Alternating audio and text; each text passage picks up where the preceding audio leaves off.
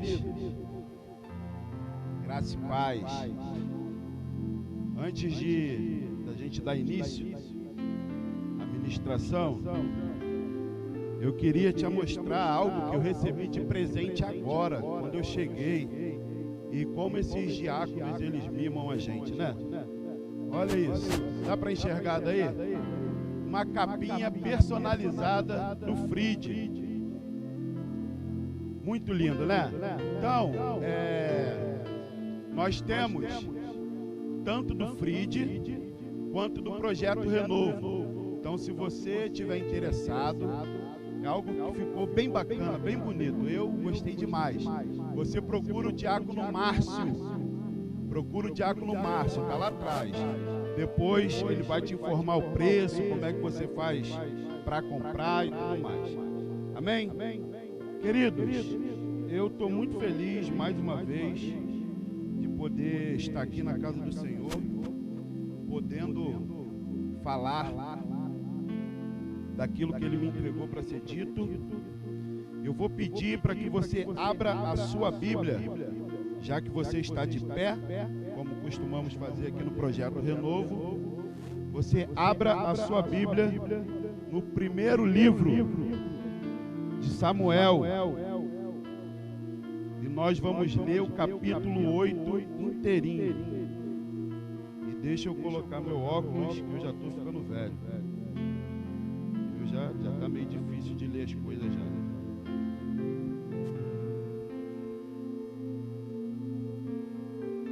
Primeiro livro, Samuel, capítulo 8. Acharam?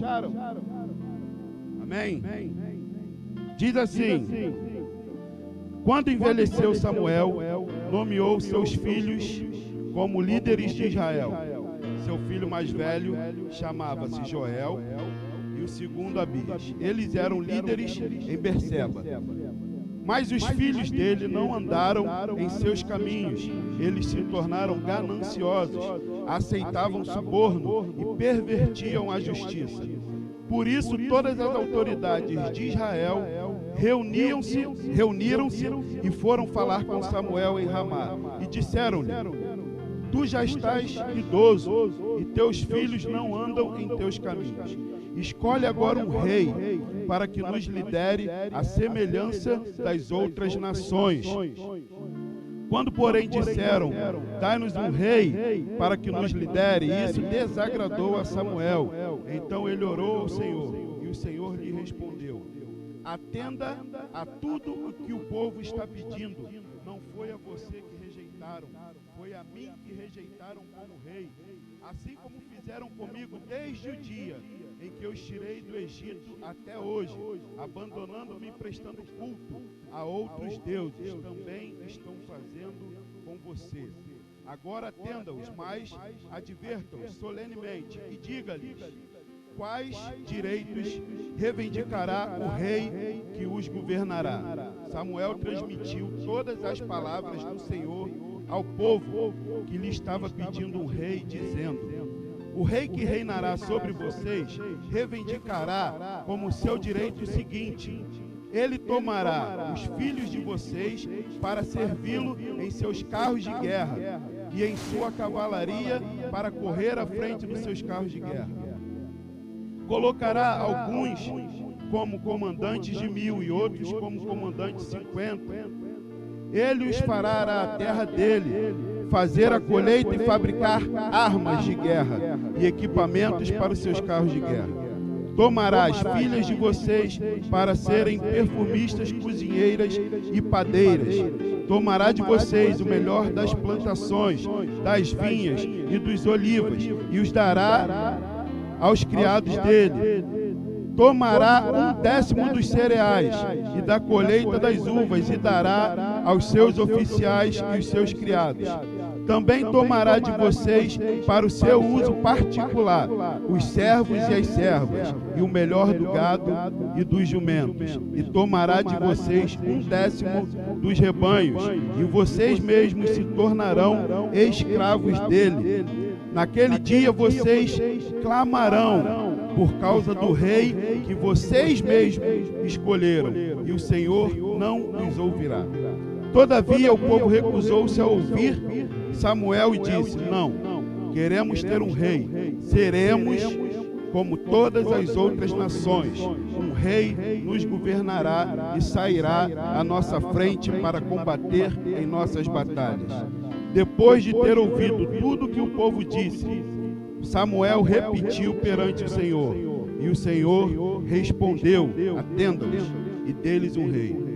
Então Samuel disse aos homens de Israel: volte cada um para a sua cidade. Vamos orar mais uma vez. Querido Deus, obrigado, Senhor, por mais essa oportunidade que o Senhor me dá de estar aqui no seu altar, falando aquilo que um dia o Senhor me entregou para falar para a sua igreja. Senhor, eu não mereço estar aqui, eu não sou digno de estar no seu altar, mas pela sua misericórdia um dia o Senhor me escolheu. Então eu peço que nesse momento o Senhor me use para falar exatamente aquilo que o Senhor programou para esse dia.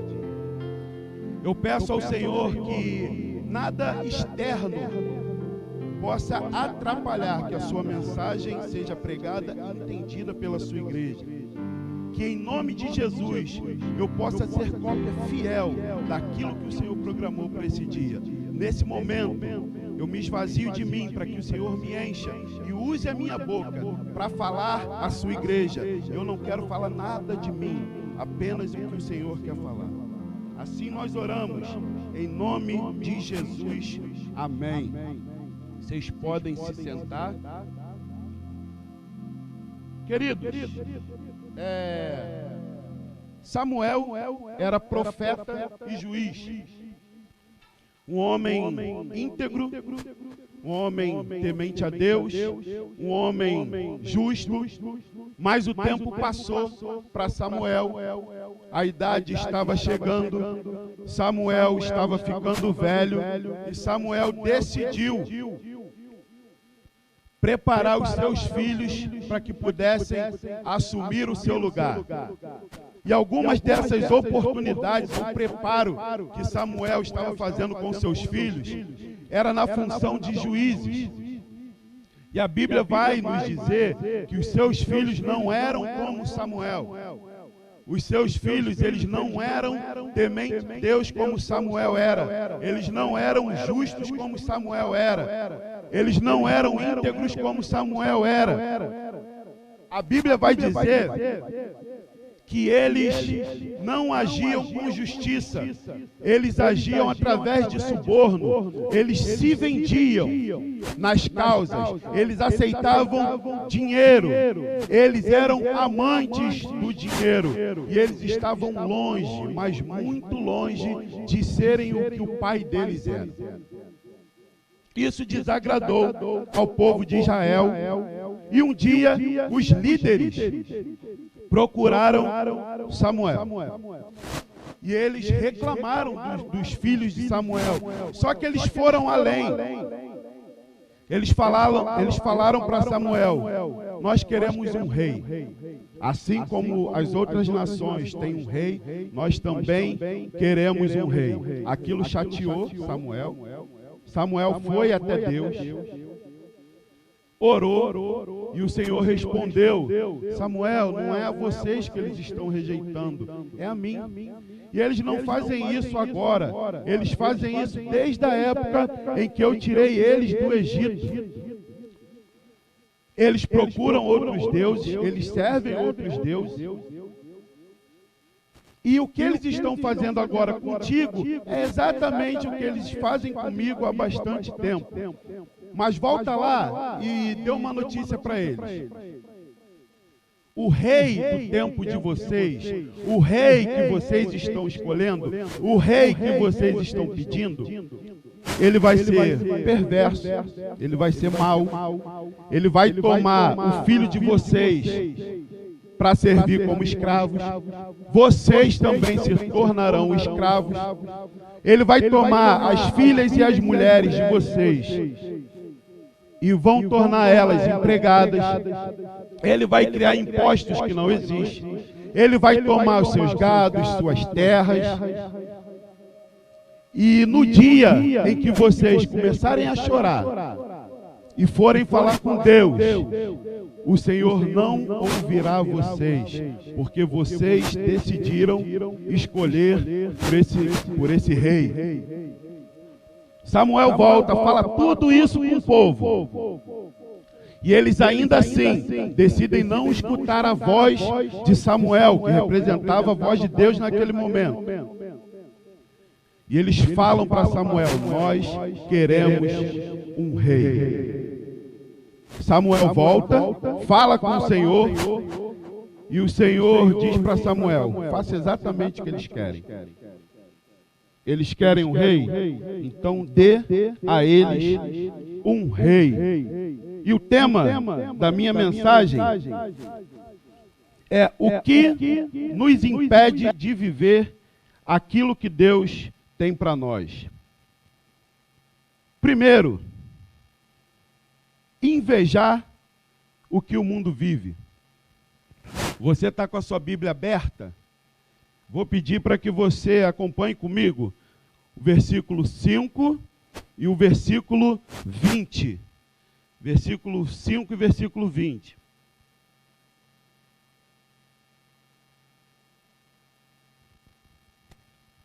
Eu vou ler numa versão aqui, que eu estou lendo a Bíblia. Vai ser um pouquinho diferente da sua, mas o contexto é o mesmo. Eles disseram, versículo 5, eles disseram: olhe, você já está ficando velho, e os seus filhos não seguem o seu exemplo.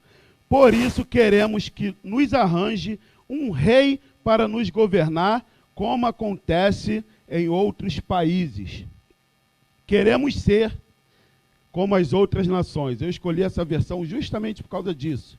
No versículo 20, lá no versículo 20, nessa minha versão, diz assim: queremos ser como as outras nações. Queremos ter um rei para nos governar, para nos dirigir na guerra e lutar em nossas batalhas. Eles não precisavam de um rei, porque eles tinham Deus à frente deles. Eles não precisavam de alguém humano para representá-los diante na guerra, porque eles tinham um Deus que desde o princípio ia à frente das suas batalhas, e todas as batalhas eram vencidas por conta desse Deus que eles serviam. E esse Deus era o rei que eles tinham. E nesse momento eles decidem abrir mão desse Deus, tirar Deus do lugar dele e escolher um homem para representá-los, porque todas as outras nações tinham um rei. E a Bíblia fica clara, eles dizem para o profeta Samuel: nós queremos ser como as outras nações. Queridos, nós vivemos, infelizmente, um tempo assim. Tempo em que nós temos pessoas dentro da igreja que invejam o que as pessoas vivem lá fora. Pessoas que estão dentro da igreja invejando os carros que as pessoas no mundo têm, as casas que as pessoas no mundo têm, as suas baladas, as suas mulheres, os seus bens, os seus camarotes, suas festas em barcos, regados a bebidas e tudo mais. E as pessoas, elas não conseguem olhar isso na rede social e ver aquelas pessoas que são do mundo vivendo isso tudo com um sorriso no rosto, alegres por estar vivendo aquilo, e elas estão aqui dentro, e talvez elas pensam: mas eu podia estar lá fora, eu podia estar vivendo isso tudo. Só que essa é uma alegria passageira. Essas pessoas, quando tudo isso acaba, quando elas voltam para suas casas, elas levam com elas um vazio enorme. E junto com esse vazio, vem uma depressão, vem uma tristeza. Aquilo, na verdade, é algo necessário para que elas, de alguma forma, possam tapar aquele vazio e aquele buraco que elas sentem. Só que nós não precisamos dos seus carros, nós não precisamos das suas casas, das suas mulheres, das suas bebidas, dos seus bens, dos seus dinheiros, porque nós temos a presença de Deus em nós. E isso é muito mais importante. A presença de Deus verdadeiramente supre o vazio que todo o ser humano nasce e tem. Eu não sei quantos aqui, mas eu não nasci num berço evangélico, num lar evangélico. E eu senti esse vazio, e por conta desse vazio, por 2 vezes eu tive depressão. Hoje eu sou uma pessoa alegre, porque a presença de Deus está em mim, porque Deus está comigo, e essa presença de Deus, e a presença de Deus em mim, ela supre todas as necessidades que eu tenho. Eu não preciso do que o mundo tem para eu ser feliz. A felicidade que a presença de Deus me proporciona, ela é permanente, ela é para sempre. E ela gera em nós uma perspectiva de eternidade, algo que os bens, os carros, as casas e tudo aqui que eu falei, que o mundo possui, não é eterno. Busque aquilo que é eterno para a sua vida. Busque a presença de Deus para a sua vida. Não inveje o que o mundo tem. Não inveje essa alegria falsa que o mundo tem, porque isso pode te afastar daquilo que Deus tem preparado para a sua vida.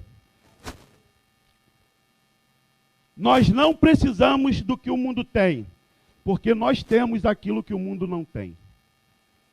E aquilo que nós temos é muito mais valioso do que aquilo que o mundo tem.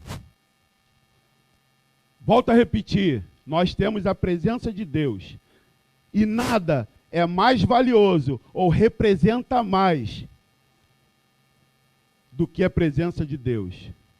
Nada é mais valioso e nada supre mais o ser humano do que a presença de Deus. Aquilo que eles carregam lá fora é uma alegria falsa, é uma alegria passageira. E a presença de Deus em nossas vidas é algo eterno e para sempre e permanente.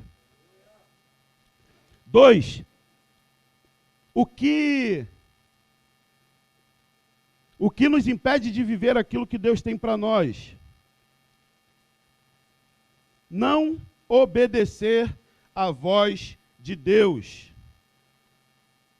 Não obedecer à voz de Deus. E aí nós vamos ler o versículo 18 e o versículo 19. Versículo 18 e versículo 19. E não feche a sua Bíblia, porque nós vamos ler bastante.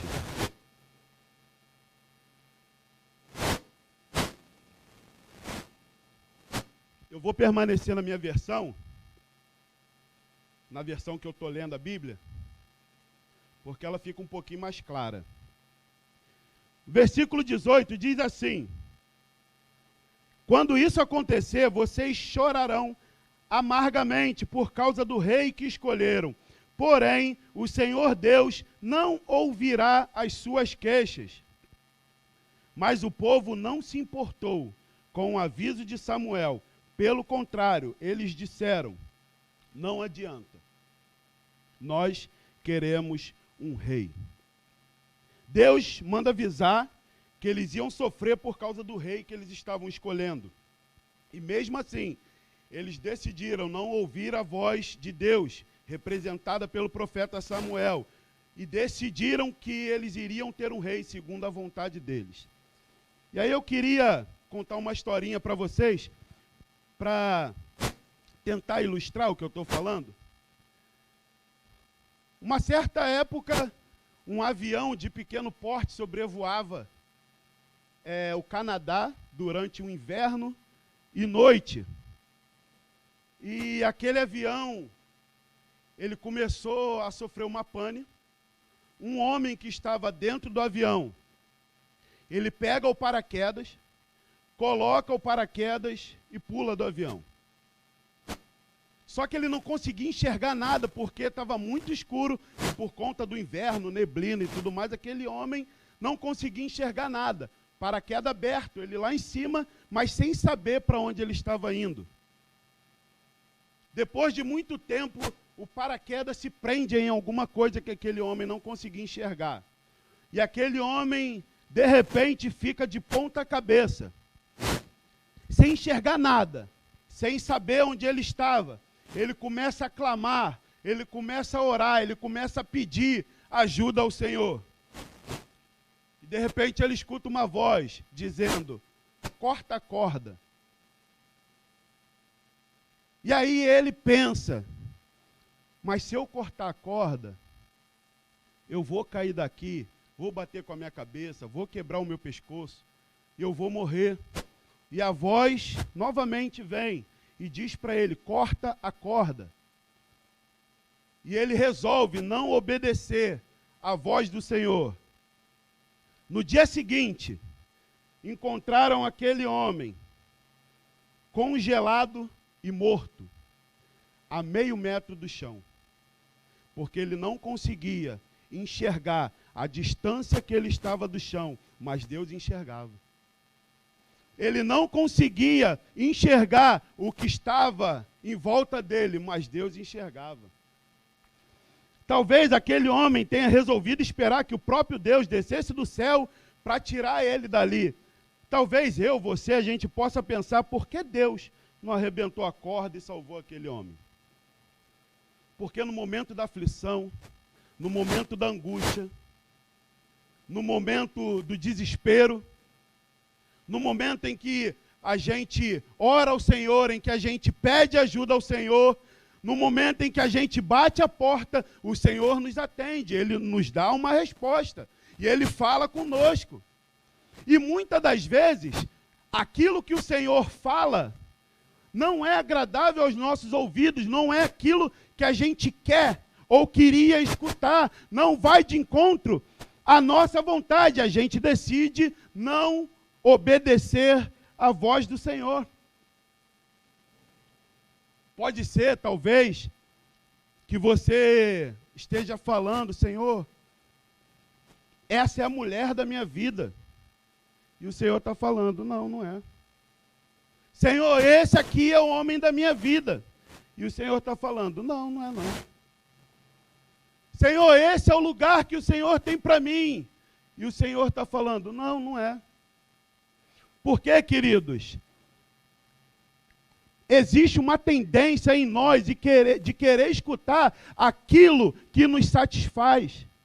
Quando, na verdade, o Senhor, que enxerga o futuro, que enxerga lá na frente, que enxerga tudo aquilo que nós estamos vivendo e que a gente não consegue enxergar, como aquele homem que estava no escuro, o Senhor nos dá uma direção que é melhor para nós e não que vai nos satisfazer. O Senhor está falando para nós, nessa manhã, nesse dia: ouça a minha voz e obedeça a minha voz. Fique atento ao que eu estou falando. Eu enxergo o que você não enxerga. Eu vejo o que você não vê. Você vê a escuridão e eu estou vendo com clareza aquilo que você necessita para a sua vida. Então ouça a minha voz, escute a minha voz e me obedeça, porque a minha vontade, ela é boa, ela é perfeita e ela é agradável. 3. Colocar a nossa vontade e tempo na frente da vontade e tempo de Deus. E aí nós vamos ler o versículo 21 e o versículo 22. 21 e 22.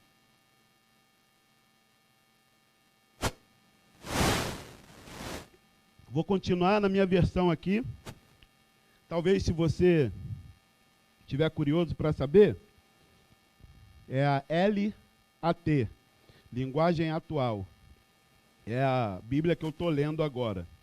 Eu, pela misericórdia do Senhor, falei até com os jovens isso, eu li a Bíblia toda para frente e agora eu estou voltando. Estou lendo de trás para frente, de Apocalipse para trás. E eu estou lendo nessa versão que é muito clara. Até indiquei para alguns jovens porque fica muito fácil de entender essa linguagem. Diz assim, versículo 21. Samuel ouviu o que eles disseram, e então foi e contou tudo ao Senhor. E o Senhor respondeu: faça o que eles querem, dê a eles um rei.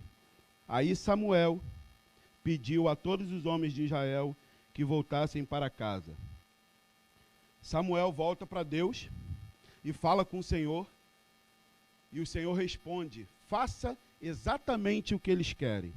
Faça exatamente a vontade deles. Não era o que Deus queria, era o que eles queriam. Não era a vontade de Deus, era a vontade deles. Não era o tempo de Deus, era o tempo deles.